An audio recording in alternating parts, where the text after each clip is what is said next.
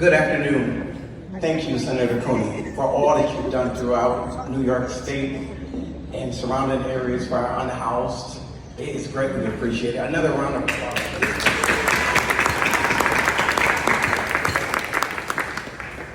My name is Shawn Gulley. I've been with PCHO for 5 years. I'm boots on the ground. I see the folks when they get their key, they have the smile in their hand. They're furnishing their apartments. I mean, it's heartfelt. I mean, I cannot express how they feel when they get their keys. And I'm a new homeowner the last few years, and I know how it felt, but I had the support and I had the resources. Imagine having nothing, but you got keys. I'm Assistant Program Supervisor for Housing First programs. I work with some amazing people, and I help them daily. And I enjoy what I do. I love what I do. It's God's gift, what I do. Lori here, I love you, Lori. She's so amazing. She's so dedicated. She's a woman of grace and honor. And you've worked so hard for your family. And we are honored since you've been here since 2017. Fleeing a bad relationship, taking care of your special needs child. You're a powerhouse, Lori. We are proud of you. You deserve everything.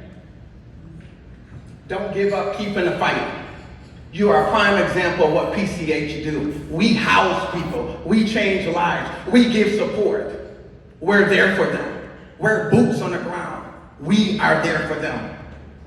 We deal with some challenged communities and some challenged people, but that's what PCH do, and we love it. I present to you my girl, my favorite, Lori Selinsky.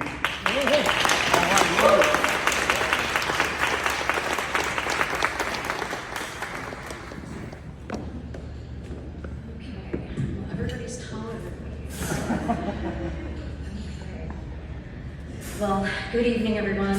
It is such an honor to be asked to be speaking here tonight. Again, I'm Lori Selinsky, and I have been, thank you for that. I have been with PCHO since 2017. I was in a very precarious situation, and I had one of the best landlords on the face of the planet die suddenly. So the banks were coming for the house. In the house he bought next door with the apartment. So, and I was going through severe domestic violence. So I was given a business card with this name, PCHO, and Chuck Albany's. And I was like, who is this, and what is this? And the person I got it from said, just give him a call. And I thought, okay, can't get any worse, it can't hurt. And I called, and Chuck immediately answered. And because of the situation, we had to meet in places that, unfortunately, you know, the abuser wouldn't find us, right? Because that would have been bad. So we were literally meeting at Tim Hortons, Dunkin' Donuts, and doing just piles of paperwork. Just to get me into the program. And before I knew it, this was the summer of 2017, later summer of 2017, and I had keys to an apartment by October 1st. There was one apartment left, thank you. There was one apartment left in the complex at the time. And my mother, who recently passed away, it had a beautiful rose bush. It was the same rose bush that my mother had. And it was the only apartment available, and that was mine. So I don't believe in coincidences, let's put it that way. So just incredibly grateful. And thank you to Chuck, such an amazing angel of a man, and you too, Nick, thank you for your vision, because you guys saved my life. And in turn, I could be a better mom for my children. And I was safe, finally. But I wanted to take a moment just to touch on what happens with PCHO. There's the housing aspect of it, but you know, someone kind of talking to you from the outside looking in, there's so much more to it. They don't just help you with housing and getting safe. They help you with resources. And, this is my one case manager for my housing, but then I have sweet, beautiful Taylor back there, who is my case manager, who just had a little one. Congratulations, girly. So she's there for health homes. So they help you keep up with, I'm kind of independent and do a lot of things on my own, but they are more than willing to be hands-on with medications, hospitalizations, surgeries, whatever, setting up taxi rides if you lose your transportation. I mean, the resource, clothes, get the items that you need. It's just incredible, and I'm so grateful. And Janelle, lovely Janelle. I was hooked up with her when I met you guys at the diocese stage.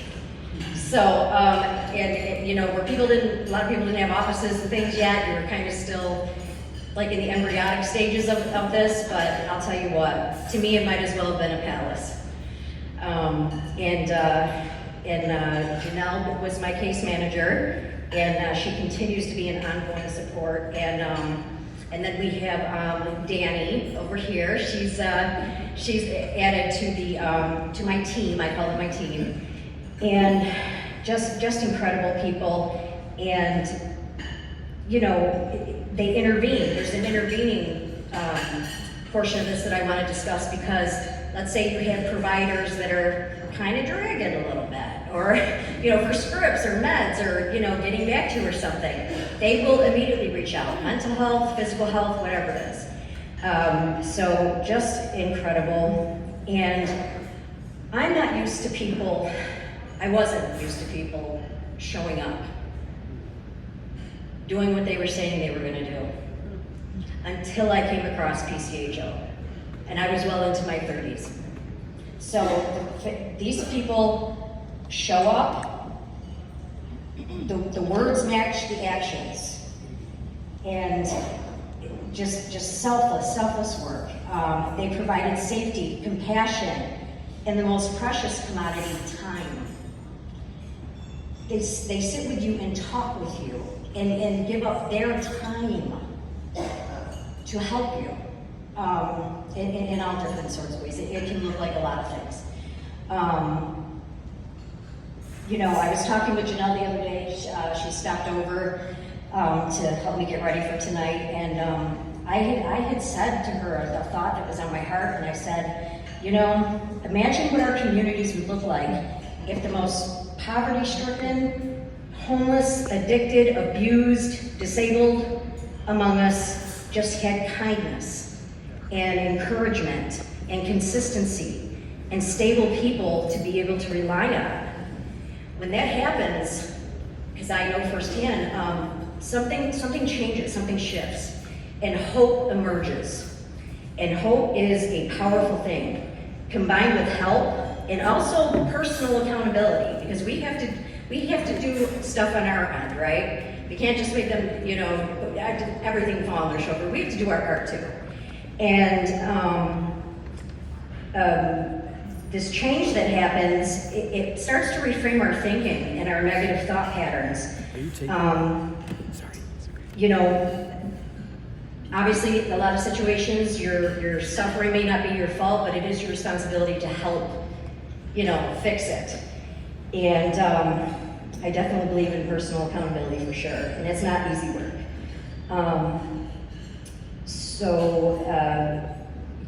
PCHO is an integral part of helping you be a part and take an active part in your life instead of being on the sidelines and focusing on what happened to you or the situation you may be in.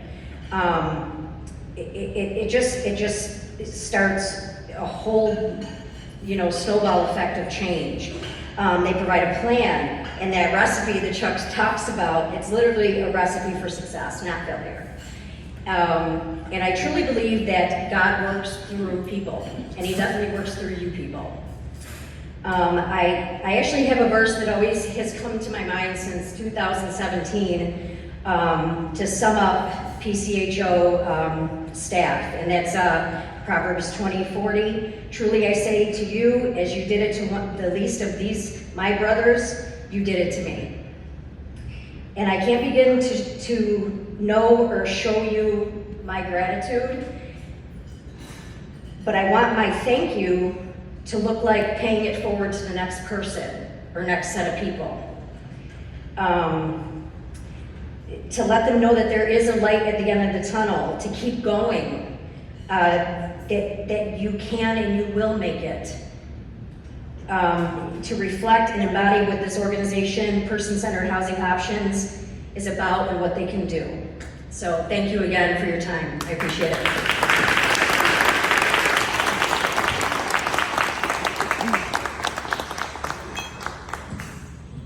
Thank you, Lori.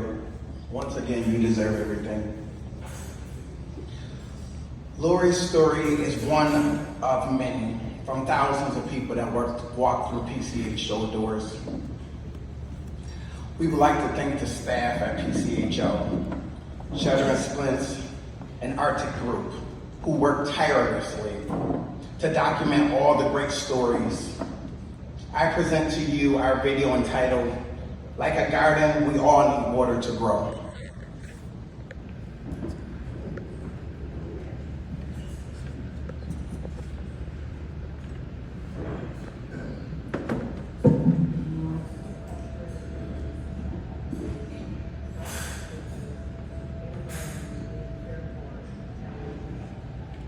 In 2017, I met up with Chuck.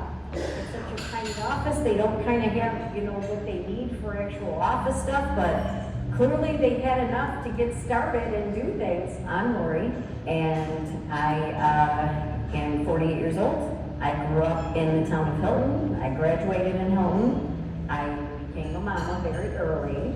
We did wind up kind of moving around different spots in the inner city. I had to get my children out of the city. I was homeless either at ADW or Salvation Hope House. And in 2014, I attempted to get into a relationship. I saw some red flags immediately.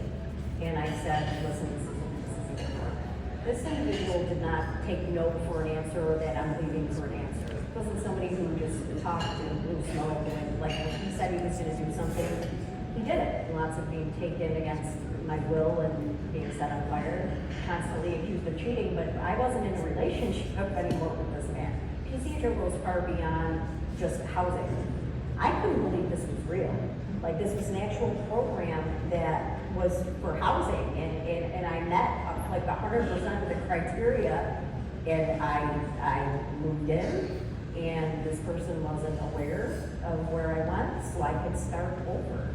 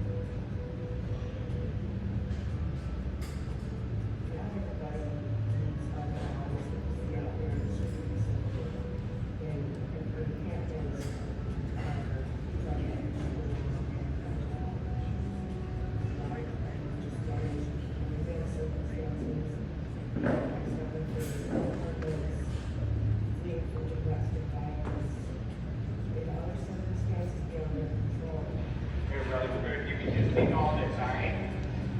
Okay, my man. Yeah, I love you, brother. I'll see you soon, okay?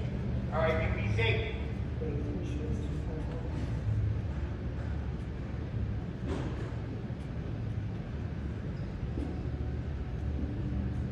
Gave up everything to go and maintain it, to be a part of my son's life, and then lost everything over again, and then came back to Rochester with nothing. And I went to the house of mercy. From there on, that's how I met Joyce.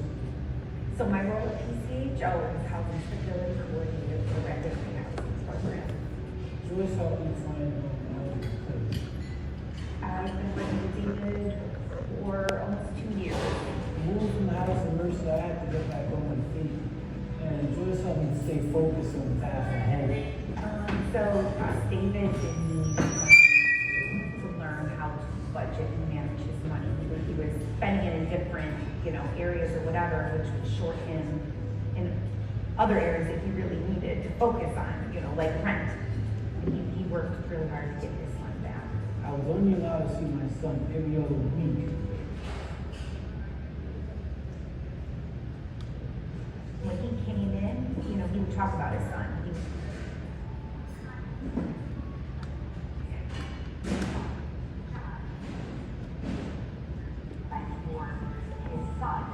I've never fallen. I don't want him to grow up without a father.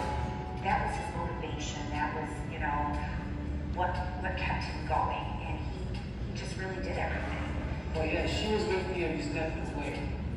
And the final day in court when the judge told me, hey, Mr. Bowman, I have full custody of your son. Wow, that was the day, yes.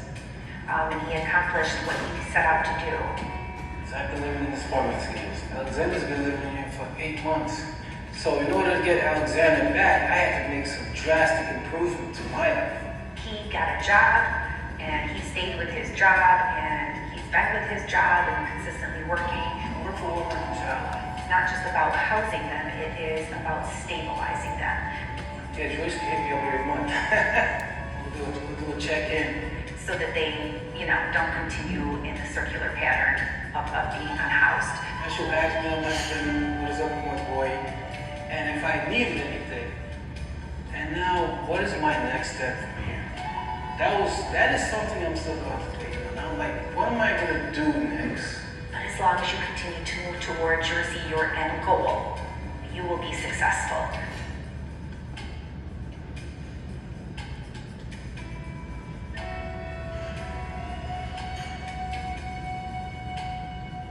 I didn't think that telling my story would ever help anyone. And it helps me to talk about it because I've come so far. I never thought that I would be the one saying I got 11 years drug free. I got 9 years tobacco free. I have going on 2 years Suboxone free.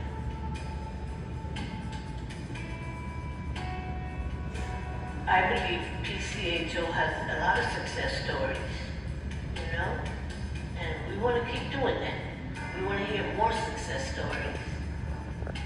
Not that we lost somebody because they didn't have a roof over their head. To help things grow, you gotta water them. And that's the same with people. Maybe not with water, but maybe with words, with a hug, with a sandwich, with a cucumber. That's what gardening has taught me, and that's why I am so proud of doing those 2 veggie beds. Everybody needs something, and that's what my gardening does for me. It helps me grow.